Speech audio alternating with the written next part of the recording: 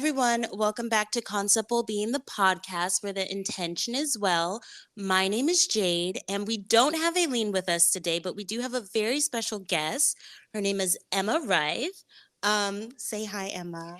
Hi. Hi, everyone. We're so happy to have you on the podcast. So let me introduce Emma for y'all because this is going to be an Yes. amazing episode about sustainability. So Emma is a sustainability icon.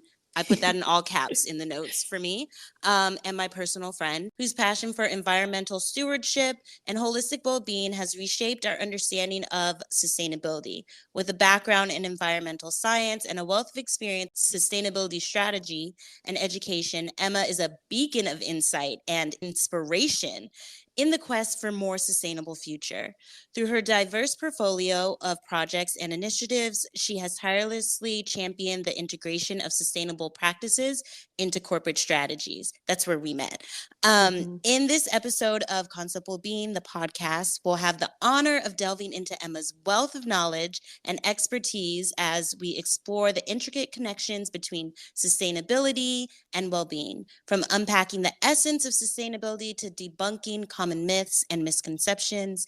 Emma is here to guide us through us all. Legal disclaimer: the thoughts and opinions expressed during today's episode belong solely to Emma and do not reflect the views or opinions of her employer or any affiliated organizations. All of Emma's views are her own. Period. And that is that on that. Okay, so now that we have the introduction out of the way, so typically, Emma, we start off with a moment. So you get to choose your moment and you get to go first. So you can choose wellness, Yes. a fail moment, or a grateful moment. Which moment are you sharing with us? I will pick wellness in honor of this podcast. Ooh. And I think I have two moments and so I'll go fast with them. But Okay. the first moment is I now work from home, which I love. And I like to start my day with a walk, and I also like to do a walk at lunchtime. And that is like for me, like that's like the most noticeable thing makes a difference about how I feel throughout the day is like getting out of the house for even if it's just like a 5 minute walk, like to my end of my block and back, or if it's longer, like I feel so good and like mentally clear, and it's awesome. And the second wellness moment, I went to an amazing workshop last night, and my energy feels very balanced, and I feel very focused on what's to come. And of course, Jade, you gave that workshop show, so Thank you you for the did a shout great out. job. Do you want to thank you. Yes. I appreciate it. Do you want to share what happened in the workshop? Oh, Um sure. just so people know what was going on in the wellness workshop. Yes. So it was a workshop kind of aligned with the full moon happening I think in about a week, maybe a little more than a week. Mhm. And it was focused on taking making intentions, as we're kind of moving into this next phase of the cycle. And so what items and like what thoughts, what I guess methods or actions do you want to invite into your life? But also, like, what habits do you want to let go of, and what has been kind of holding you back or negatively impacting your life? So, we started off kind of with a worksheet, which I love a worksheet. My Capricorn brain like loves taking a moment, like writing things down and making a list. And so we started off with the worksheet to kind of work through what we wanted to keep and let go of.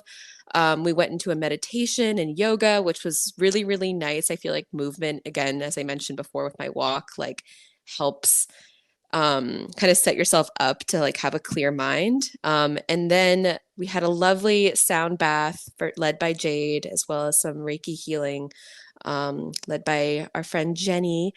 And that helped, again, like you were able to focus on what you wanted to invite into your life, and also like reset your nervous system and embrace like the sound healing. And I love the sound healing. I like last night we were just like talking about all of our favorite sounds and how they made our bones feel. Oh. So yeah, so that was the workshop, a long-winded way of saying it, but Thank it was so you. good. I loved Thank it. you for explaining it to Yes. the listeners. I appreciate it. And I was so happy to have you there. I always appreciate you being there. So thank you for showing up, and I'm glad that you liked it. Okay, I'm going to share a moment. My moment is going to be a little bit more. You know what? I'm not even gonna put myself into that box. That's fine. My wellness moment is what happened last week. So I just moved. I just moved in. I got my apartment all settled in now, unpacked. I mean, I feel like I have like 4 boxes left to unpack. But during all of the chaos, I was like, you know what, Jade? Because I am such a thoughtful person. I was like, you know what, Jade? You're going to be unpacking. You're going to want a facial in the middle of all of this. I know that you have so many things going on.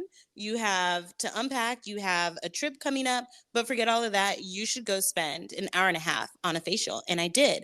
And I got a facial. And then she did like a nice little add on where like they did like the little UV mask and everything. Ooh. That was nice. She was like, I feel like this is going to work wonders. And I was like, I believe you, girl. And it did. So it was a facial. She also did like a little bit of like a sound healing situation going on for like a couple of minutes, but it was really nice. I felt really refreshed. And she gave me recommendations on my skincare. So that was my wellness moment. I'm glad that I took the time out in the middle of a very busy time for me just to like make time for myself. So that was my moment. I feel like that's when you need it the most. Like I that is think a good so. call for sure. I'm Yeah. jealous. Thank you. No, at first I was like, why would I schedule this right in the middle of the move? And then I did it. I was like, that's why I did it because I was so turned up. Like I was just so tense. And then I was like, you know what? I'm so happy that like past me knew that future me was going to need this in that moment. Look at me looking out for myself. I was You're so so proud of myself. smart. Right. I was like, Jade, you are so thoughtful. I love you. Wow. You give the best gifts. So Oh my that God. was my moment. But okay, so now that we are done with moments, are we ready to get into the episode on sustainability? Yes. Okay.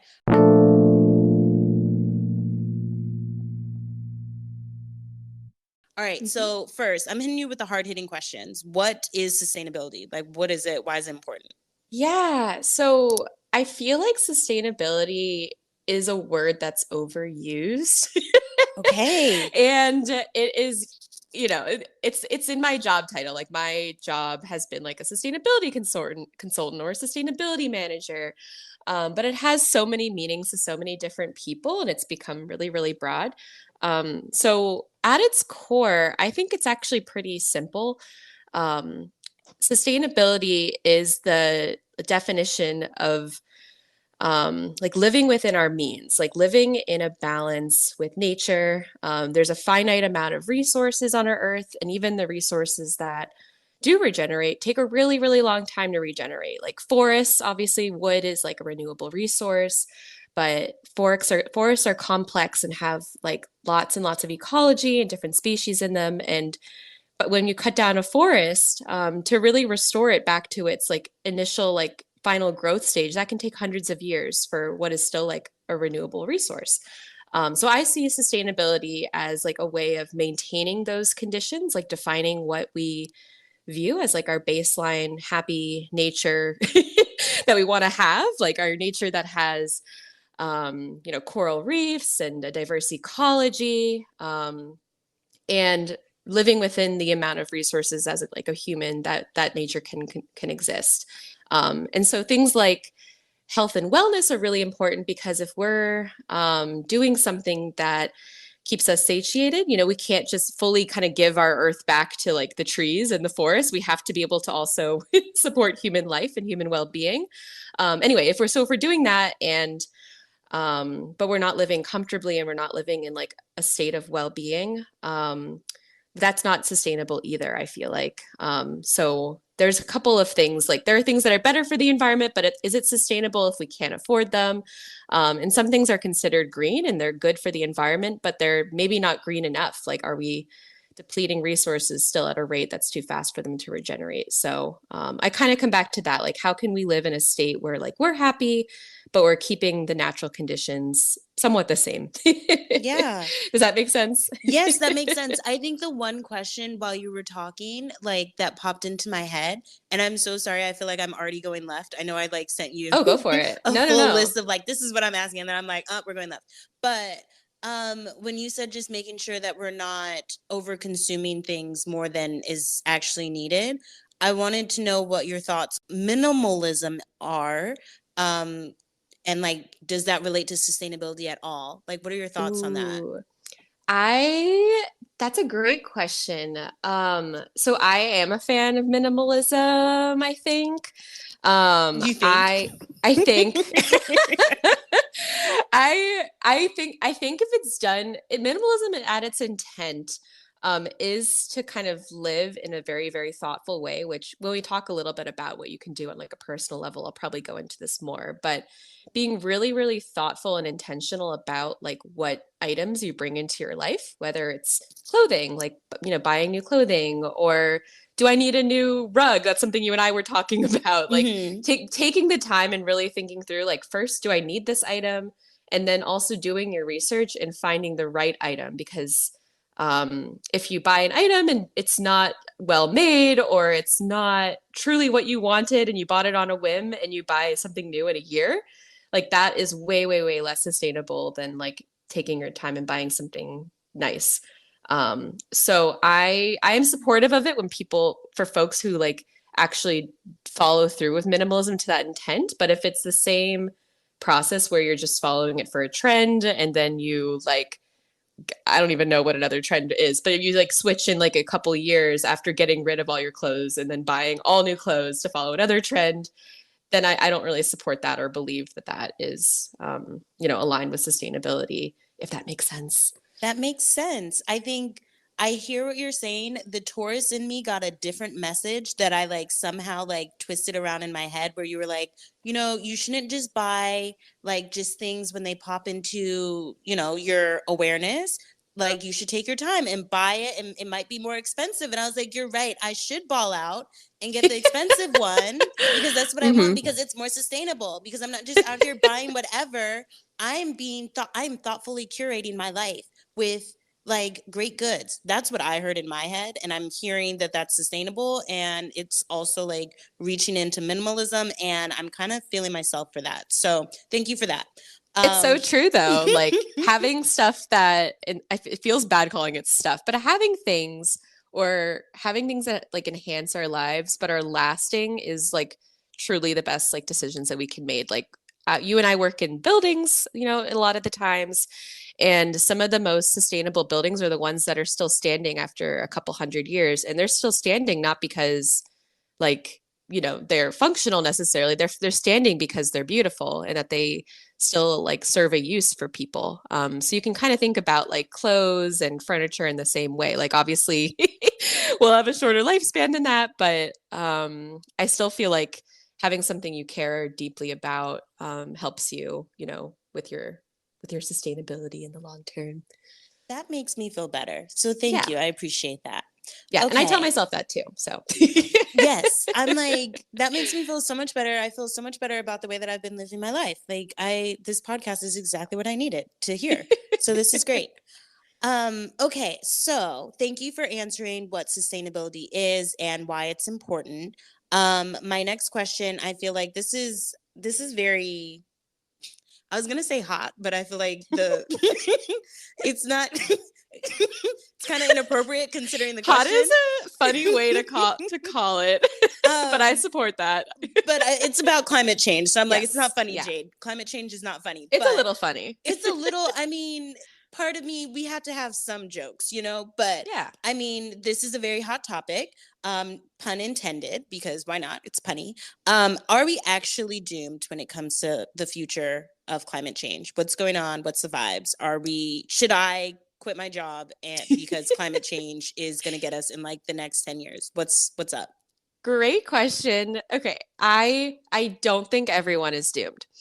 I do think that in order to have like an equitable future, where people who live maybe currently or in the future in areas of low income or in disadvantaged states, aren't disproportionately impacted by climate change, major action need to occur. So ultimately, I think climate change is going to hit the world in different ways. Some areas, obviously, coastline areas will be hit a lot harder by sea level rise and flooding impacts. Some areas will be hit by extreme heat events, and the people living in those areas may not be able to afford air conditioning. And so they'll be disproportionately impacted by like really, really hot weather. But so, in order to kind of prevent like everybody from being impacted by the worst possible impacts of climate change, a lot of things need to occur. But like we're getting our shit together really, really fast. It's actually pretty crazy. Whenever I feel like a little bit of climate anxiety, which is, oh no, our world isn't changing quickly enough, and like what's it gonna look like in 25 years? I kind of look back. I've been working in the field of sustainability for 9 years now, and just in that time, so many changes have happened from the policy side in the US, and internationally as well. I'm most familiar with what's happened in the US, though, with new incentives, being offered across for things like electric vehicles, solar, green buildings, regulations too from different cities and states. Like New York City has the most aggressive climate action policy in the country. A lot of their climate emissions are focused on buildings, and they have a really, really ambitious one that's like really leading in the country, but also inspiring other policymakers across other cities to take action.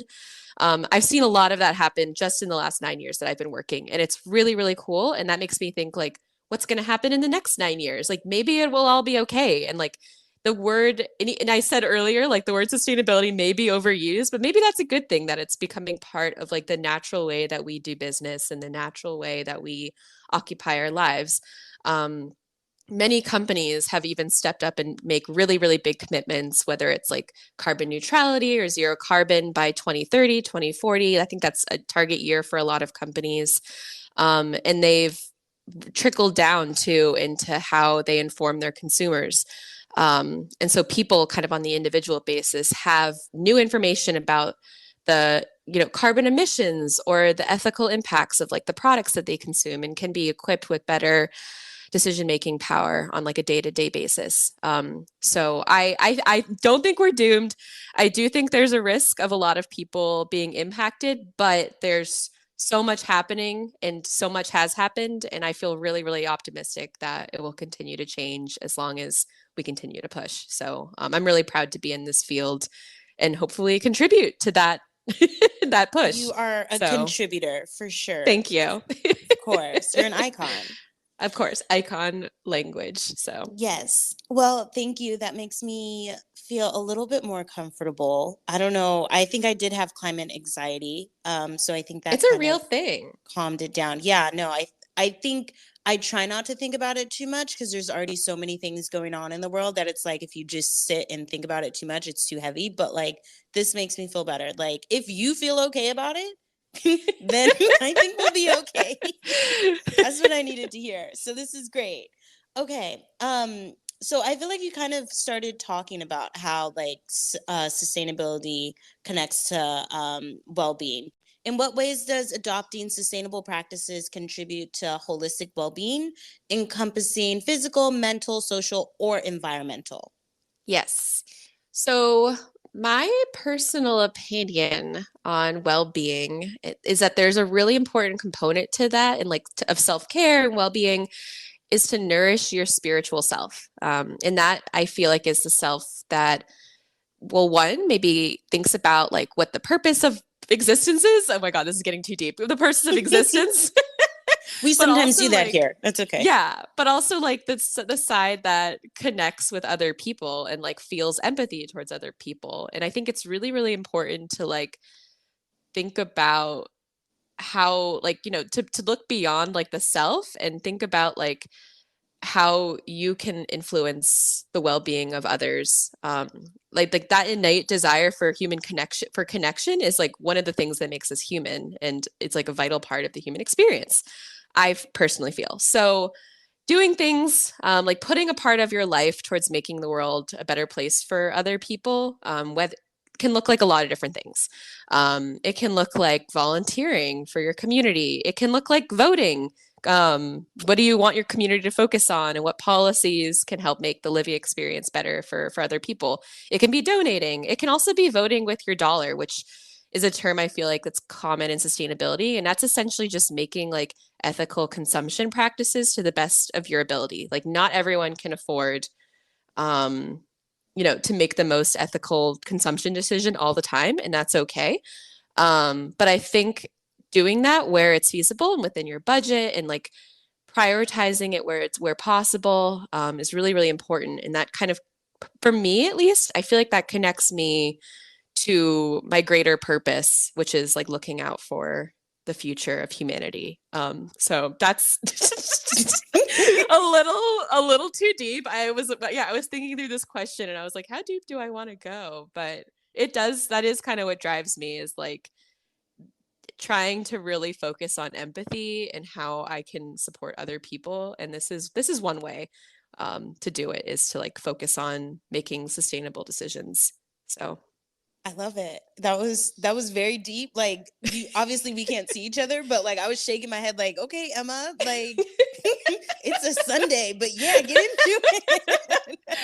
oh my gosh. And like That I'm was not that much of amazing. a spiritual person, I would say, like, but I am. This is like the extent of my spirituality. I will say like what my purpose is as a person. So I love it. um That was yeah, so amazing. happy to share. Okay. Gosh, I feel like I'm just gonna give you like the most opposite question for you next, because I feel like Sure. that was Yeah. so deep. So like what's up with greenwashing? Like what's the vibes? What is that? How do we avoid it? So first Yeah. explain what greenwashing is, and then maybe how do we avoid it and like not fall into the traps of greenwashing, because I feel like it happens so frequently that Yeah. we don't even know it now. So, what is Yeah. it? So greenwashing is done by companies. It's pretty much, I wouldn't say it's done necessarily by the government. It's primarily done by like the private sector. And it's over inflating like different claims and actions that a company is doing, um, and its impact that it's having in order to make a consumer feel good about like buying its products. I don't want to call any like particular company out on this, but essentially like stating like, oh, I guess like a good here's a good example is like certain toothbrush companies have like recycling programs where they're like, oh, we're going to be a zero waste company, and in order to do that, you consumer, when you're done with your toothbrush, can mail back your toothbrush to us and we'll recycle it. But like, how many people are actually going to do that Mm-hmm. at like the individual level? Like that's a lot of work, and it's advertised very small. There's not like mechanisms in place that the company is setting up to make it easy for consumers to do that. And finally, like, who is tracking and auditing and confirming that even if you do go through the effort of like mailing your toothbrush back to this company, they'll recycle it? Like, I don't know. There's nothing like that. But when a consumer sees that and buys their product, they feel good about buying that toothbrush because, oh, if they wanted to, they could, recycle it. So there's instances like that where basically you feel overly good about what you're buying because there's the way that information is being presented to you is overly inflating. Um, and that's marketing, right? Is like trying to get you comfortable with buying things Yeah. based on a company's claim. So the way to I guess combat that, it's really, really tricky. On an individual basis, third-party certifications are the best tool that we have to make decisions. The issue with third-party certifications, and a third-party certification is essentially like some kind of nonprofit that has like a disinterest in whether or not this anonymous toothbrush company, stays in business or not. Like they're completely separate from the money making of that toothbrush company. They can check the claims and report back to the consumer about whether or not the claims that a company is making is accurate. A good example of like a third party certification are there's for green buildings, you might have seen like placards on different buildings, like that say LEED on them. LEED is run by the US Green Building Council, which is a nonprofit. It's not funded by any particular organization. And what they do is they review design drawings, they review construction practices, and ensure that the building is meeting high levels of sustainability. So rather than like someone saying like, oh, my office space is zero carbon and it's super sustainable, we have like an independent organization providing evidence and confirmation that that is the case. So that gives us trust that those practices were fulfilled because they can say, nope, you can't get the certification if you didn't actually do it. Mm. So that kind of thing. What's hard to do though with this is that there are so many different certifications for everything, like everything from seafood to organic.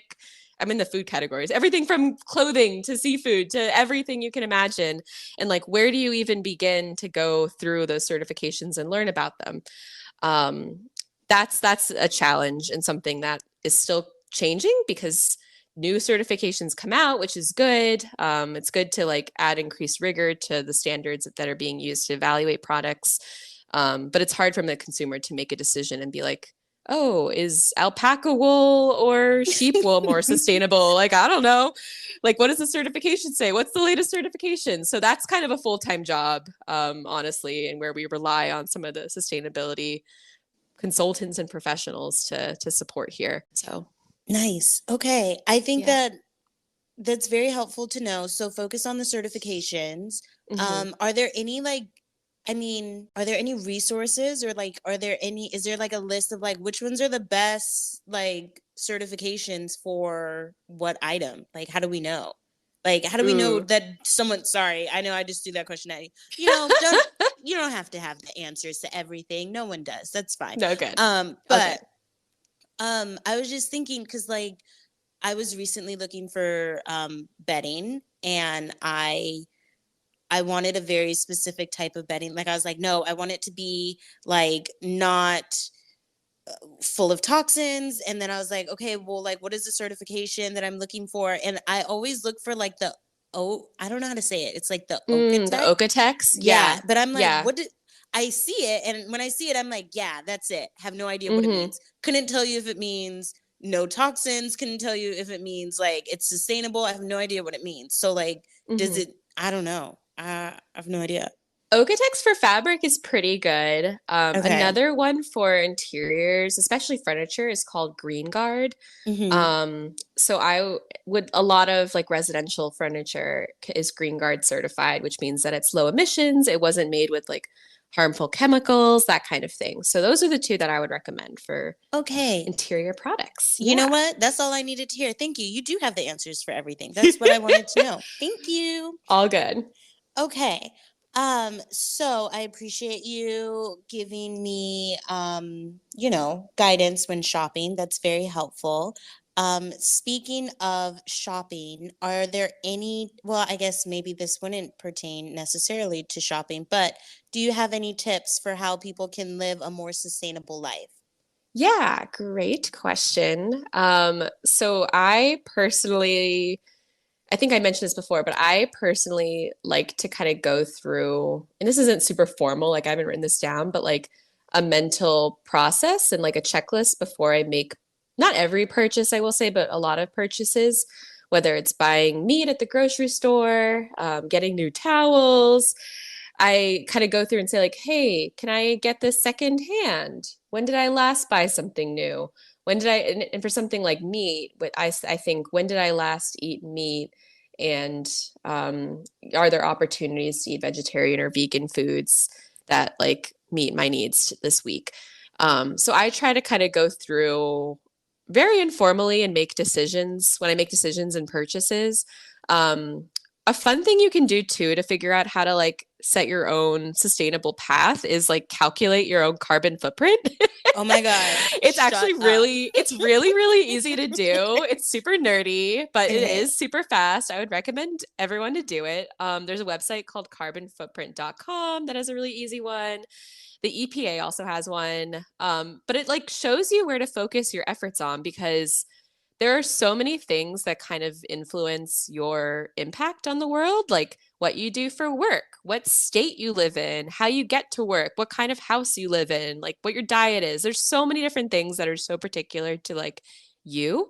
And this doing like going through and doing your own like carbon footprint can help you see like where to like focus your efforts on. Because like if you live in like a dense city, like you and I live in the Bay Area, Hmm. there's a lot of public transit options generally where we are. And so it's really focusing on, you know, using that public transit where you can instead of driving to places is really particular to where we are. But if you live somewhere a lot more suburban and there isn't any public transit, that's obviously not an option for you. So doing your own carbon footprint can kind of help you like tailor what you want, you know, to do for yourself and what will make the most impact based on where you live. Got it. Okay, I'm on carbonfootprint.com right Yeah. now because I was like, let me see what she's talking about. And it's definitely a calculator. Yeah, it's super fast. So maybe we can do it after the call, but or Yeah. after the podcast, but would recommend it. It's fun. Yes, this is great. And you'll get a Um, great score too because you're a vegan. So you'll okay, be great. they'll yeah, you'll be great. Okay, I love that. I thought, well, I think that what might like throw it off is the fact that I refuse to take public transportation. True. So I said all that and then I was like, wait, I don't think Jade actually does we take no, public transit, but yeah, that's no, okay. I've taken a stand. I'm not going to the underworld. That's I've fair. discussed this. So yes, but yeah, I mean, I'm sure it all equals out eventually, so it'll be fine. Yeah. But I'm so sorry. That's why I'm a vegan, pretty much. But I Yeah, there mean, you go. we'll get into because I mean, the vegan question I think is in our next section. So we'll put a pin in that one and come back to it. So last question for you, Emma, the Hmm. sustainability icon. What is one thing that you wish people understood more about sustainability? What's your thing that you'll like, the Yeah. hill that you'll die on? Um, it kind of goes back to like the deep, meaningful, mushy gushy side. Like, I truly believe sustainability can be fun. It's a really technical field. And as we were talking about with like third party certifications and stuff, it's super overwhelming and at times, right? Like, there's so much information and it's changing so much. But I like to focus on, and I hope other people can focus on how when engaging in this, it can help you feel connected to nature's processes. Like literally thinking about like the choices that we make can change the weather. Like that's crazy. Like we're like doing modern day magic. And it's like, I That's don't know, it's amazing. really fun to kind of think about like how we as individuals fit into these like global cycles of like where food comes from and where our resources come from, and it's constantly like moving around the world, and like the places that fill us with awe too that we visit, you know, a lot of those are like nature's treasures and would be impacted by the decisions that we make day to day. So I personally, and all of that's fun to me, like all of that is really really interesting and meaningful work and like something that I feel really connected to. So I would love other people to also kind of think about our place in this world and how sustainability can like foster that connection. That was beautiful, Emma. That was beautiful. I love it. Thank you.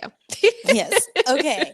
All right. So thank you so much for your expertise. We are going to move into just a quick, myth or facts section really fast. I just have a couple of hard hitting questions.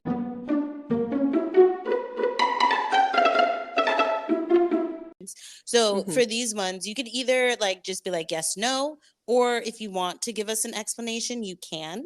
It's totally up to you. So first question: vegan leather is sustainable. So the answer to this one's super hot if we're going to use the same word before. But the answer is actually true. Okay, it is more sustainable because it takes a lot of resources to basically feed animals and like keep them going until they're ready to be turned into leather. And so a lot of vegan leather is made with plastics, but require a lot less resources than basically raising a cow from birth. Um, the other thing though that I'll add is like quality is super, super important. So as I mentioned before, think about the quality first and how long you'll want to have this, and invest in something that is will last you for years. Because if you buy something that's lower quality or cheaper, um, and you replace it in a year, that's so much less sustainable than buying a high quality real leather item that would use for many years. I will say, apparently, there are more and more companies that are no longer using plastic to make vegan leather. They're using cactuses, which is kind of Oh, cool, wow. but I have not personally owned a cactus leather. So would love to kind of try that and report back. Because again, if it's something that doesn't last for very long, because leather is known to last like generations, literally, Hmm. then that's less sustainable as well. So Okay. Wow. Okay. Literally, my jaw like unhinged. Like I was like, it is? Okay. So this, okay. Wow. Now we know. Okay. I know. So, next question. I don't know that it's necessarily a question or a statement that I need you to Like a true or confirm or false. yes. Okay. Okay, so during the pandemic, the world started to heal itself. I'm gonna say yes. I feel like this isn't based on necessarily on any facts, but more just like my qualitative observations of the world. So one thing is like dolphins literally came to like the city of New York. Like when I was living there, dolphins were spotted in the Hudson River for like the first time in hundreds of years during the pandemic, which is so crazy. And so I feel like so many other like fun wildlife experiences like that kind of happened as we became more kind of settled and focused on home. So a little bit, yes. The other thing I'll add is like so many companies' carbon footprints went down due to decreased employee commutes, which makes me wonder like, why are we pushing people to come back to the office? Like that's so at odds Preach. with like meeting our sustainability goals. So I think there was like a dip, right, in like productivity and kind of how in movement for people in the United States. And that did like have create like these glimpses of like, oh, this was how the world was 100 years ago. We're seeing dolphins in New York. Like that's crazy. So I'm gonna go with yes, honestly. Okay. What can I just unrelated question and if you Oh, don't go have for the it. answer, like that's totally fine. Why did the Dolphins come back? Like why did they feel okay to come back? What was the vibes? Yeah. So the reasons for that were apparently there was a lot less like ship traffic in the Oh. rivers. So like it was less noise and like activity, but also like the literal pollution in like the Hudson River, like around New York City, and the East River went down so much. Again, because people weren't like commuting as much. So that is what like brought the dolphins back for like a short period of time. And then Oh. once the pandemic passed, the dolphins went away and we were all like, oh. Oh. I mean, dolphins are kind of scary, but I'm Oh, you don't like dolphins? I Okay, mean, they dolphins are are smart, yeah. right? I They're mean, really smart. they're an interesting, pack, but it's fine. Hmm. A pack. I don't know how else to call them. Okay, next question. Reusable water bottles really make a big impact. Yes, I wholeheartedly agree. I wholeheartedly believe that reusable is always going to be much more impactful than single use. Whether it's water bottles, whether it's utensils, I guess like a lot of the reusable stuff that we do is in like the food that we consume. And all of that is super impactful. There's been a bunch of studies like constantly kind of vetting that out. I feel like that, yes, reusable is impactful. The key word though is reuse it. So reusing like one water bottle is going to be much more impactful than using single use plastic bottles over the course of the year. But buying 10 reusable water bottles and switching Hmm. between them is probably not going to like even out with that like carbon and environmental footprint. So I would say, and this goes back to like the minimalism thing, like really kind of think about it, make a decision. Don't necessarily try to collect every color water bottle. But Yes, I'm shaking my head yes as I sit right next to my emotional support hydro flask and I only have hmm, one. So, love killing it. it. Yes. Yeah, get emotionally attached to your water bottle and you'll be set. That's really all you get put a couple stickers on there. That's really all you need to like keep you going. So, Yeah. that's good to know. Okay, Hmm. this next question. I really, really want the answer too. And I feel like you kind Oh of no. touched on it. Well, I heard a podcast like maybe like 3 or 4 years ago when I was driving to work, and I was like, shut the front door. Are you guys serious? So basically, I'll tell you guys what happened. I was listening to this podcast, and this was like a serious podcast. Like, I think it was like NPR or something, but I was listening to it and they were like, yeah, so like recycling, no one's recycling anymore. It's not really a thing. Basically, they taught us to recycle and then they realized it was like too expensive for them to continue to recycle, but they already taught us to recycle, so it's like we already know how to recycle, but like they just like throw it all in the same trash pile. Is this true? Yeah, it's true. It's like so sad. It's truly like the saddest thing Ah, that I like grapple with. Like I think I had my recycling come to Jesus moment a couple years ago too, where I was like, "What?" Um, yeah, so a lot of plastic is not recycled. There's a lot I think the recycling story and like the propaganda for recycling was largely pushed by a lot of like oil and gas companies who create like the plastic that we use in order to make people again feel good about like buying their plastic water bottles or whatever it is, because they knew at the end of life like there would be a place for them. But a lot of plastic, so a lot of plastic, just because it can be recycled, doesn't mean that companies like recycling facilities are taking them, because a lot of that process is really, really manual. Like they have conveyor belts, but like it's literally people just like sorting the trash or sorting the recycling on conveyor belts. And there's only so much like one person can sort if you think about the amount of waste that they get. And so, so much that gets sent to facilities, like they just don't kind of have the manpower to do it. Or like the way that like recycling facilities, and sorry, this might be more information than you're looking for, no, but this is exactly what I was looking for. I'm telling you. Wow, I'm shocked. um, the way that a lot of recycling facilities like make money, and I don't know if this was obvious to everyone else, was not obvious to me, but like the way that they like are in business, like they're for-profit companies, like they're not run by the government, and they accept like things like aluminum cans, because aluminum cans are really really easy to recycle, and they sell back like the recycled aluminum to other companies. And so if it's easy for them to sort and it's easy for them to like sell back clean and unprocessed, then yeah, they'll recycle it.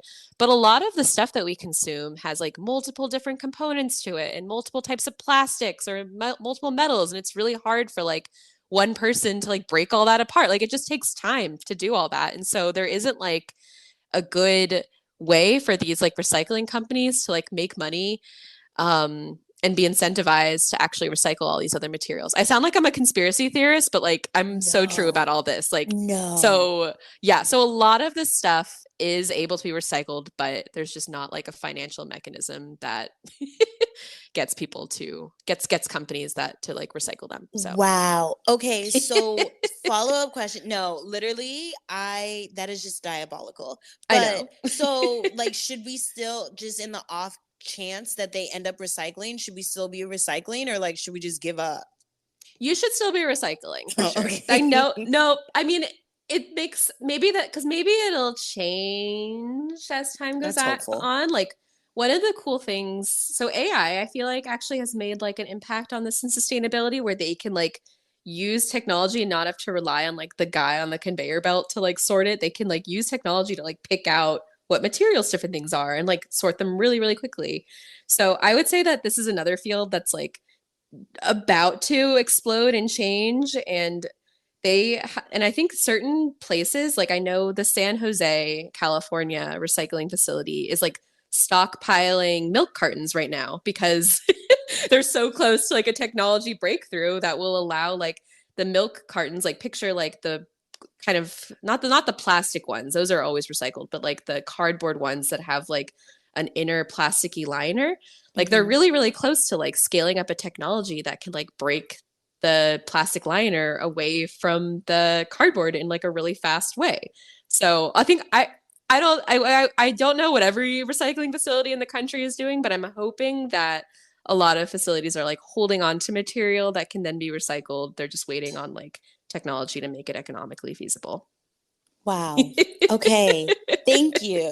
Thank you for that. That was honestly My I feel like that was recycling rant. no, that was the question that I wanted answered the most. So thank you, because I'm just like, should I be recycling, or like, should I just like be over it? But okay, that's good to know. I guess your reason for being hopeful makes sense. So I will, because at first when you were like, maybe it'll change, I was like, girl, boo. But this is, that was a good answer as to why you think it'll change. So let's all Mhm. continue to recycle in the hopes that, like, AI saves us. So there we Yeah, go. embrace your optimism for that kind of thing, I will say, if you can. Okay. Okay. This one is kind of similar to the last question, but switching from plastic to paper straws is insignificant compared to the impact that bigger companies can have for sustainability. Yes, it is insignificant, but it's a good step. Um, and Okay. we like to reward steps, right, in the right direction. A lot of companies have done a carbon footprint for their impact, like similar to the one that I recommended you look at and other people look at. And most of the emissions that happen from like companies, like everything from like Apple to Hewlett Packard, comes from their supply chains. So that's everything they buy from like a third party in order for their own company to operate. And that includes like cutlery and straws in the office kitchen. It includes the computers and laptops that employees use to work. And if a company like produces a good, like if it's a paper company, their carbon footprint would include the environmental impacts of harvesting trees that are needed to process into paper. That's all supply chain sustainability. And so that's where most of like a company's emissions are. And it's really, really hard to like figure out how to reduce your supply chain emissions because you rely on other organizations like in the paper company example, you would rely on like the foresters and like their practices in order to reduce your own emissions related to harvesting those trees. um, so in order to make many more and more companies are starting to make commitments and starting to figure out like how to work within their supply chains to reduce emissions, and switching from plastic to paper is one way, right? And Hmm. it's one step to reduce your supply chain emissions. So companies that are looking at that are probably looking also at like other big steps that they can do around their supply chain. So I don't want them to like do that and call it good, but I do love a step in the right direction. So good Okay. job, keep going. Okay. So good to know. Thank you so much. Yeah. Um, so I should keep my metal straw, because I went through a metal straw vibes, but you're saying, you know, they're making steps. I should also make a step. Like keep the small steps going. Yeah. And Okay. your metal straw is the reuse option, which is always the best option. Right. So I have it on my I keychain. You'd be so proud. I'm Um, so proud. Oh my God, I yeah. didn't know that. That's Yeah. great. No, I mean it fell off, so like you probably didn't see it, because once it falls off, like you lose the thing is someone really needs to redesign these straws, because like once it like twists open, the entire bottom part falls out. So like you lose not just the straw, but like the case as well. But it's fine. It's fine. I've lost like 7 straws, which actually Oh probably isn't that no. sustainable. I'm a part of Mm. the problem. Oh my God. I've been over consuming. Oh This is so no. embarrassing. No, no, no, no, no, no. It's fine. It's fine. It's Oh, fine. It's it's fine. okay. I forgive you. As Thank the you. sustainability icon, you're doing great. Thank you. That's really all that matters. Okay. So typically, I know we're towards the end of the episode. So typically we wrap things up with words of wisdom from Aileen, but Aileen isn't here, and I will not attempt to replace Aileen. So I think we can wrap up the episode here. But Emma, I want to thank you so much for being my first special guest. We really appreciate you, and we're so happy to have you here on Concept Being, the podcast. Um, is there anywhere that like people can find you? Any like social media places that you want to share with us? Anything that you want us to like reach out to you? Let us know now. Yeah, thank you for inviting me to both rant and ruminate on the universe. Um, It was an amazing you could conversation. I appreciate you. Of course. You can find me at my Instagram, which is EM Reif _EMREIF. You can also add me on LinkedIn if you want. Emma Reif. Hmm. No, let's connect. Why not? Why not? Yeah, a little professional reference. She said, "Am I on Yeah, I'm LinkedIn?" really professional. We mentioned sustainability professional right here. For So sure. You're such a professional. Add her on LinkedIn or Instagram. And yeah, Emma, thank you so much. I appreciate you so much. I love the conversation. I learned so much, and I'm sure the listeners learned so much, but also it's just like a joy to like hear you talk about sustainability in such an uplifting way. So I appreciate you so much. oh, thank you, Jade. Your questions were amazing. Thank you They so much. really got me thinking. Loved it. Awesome. Okay, so thank you all so much for listening. With that being said, we hope that you have a good day or a good night, and we hope that you are well. Bye.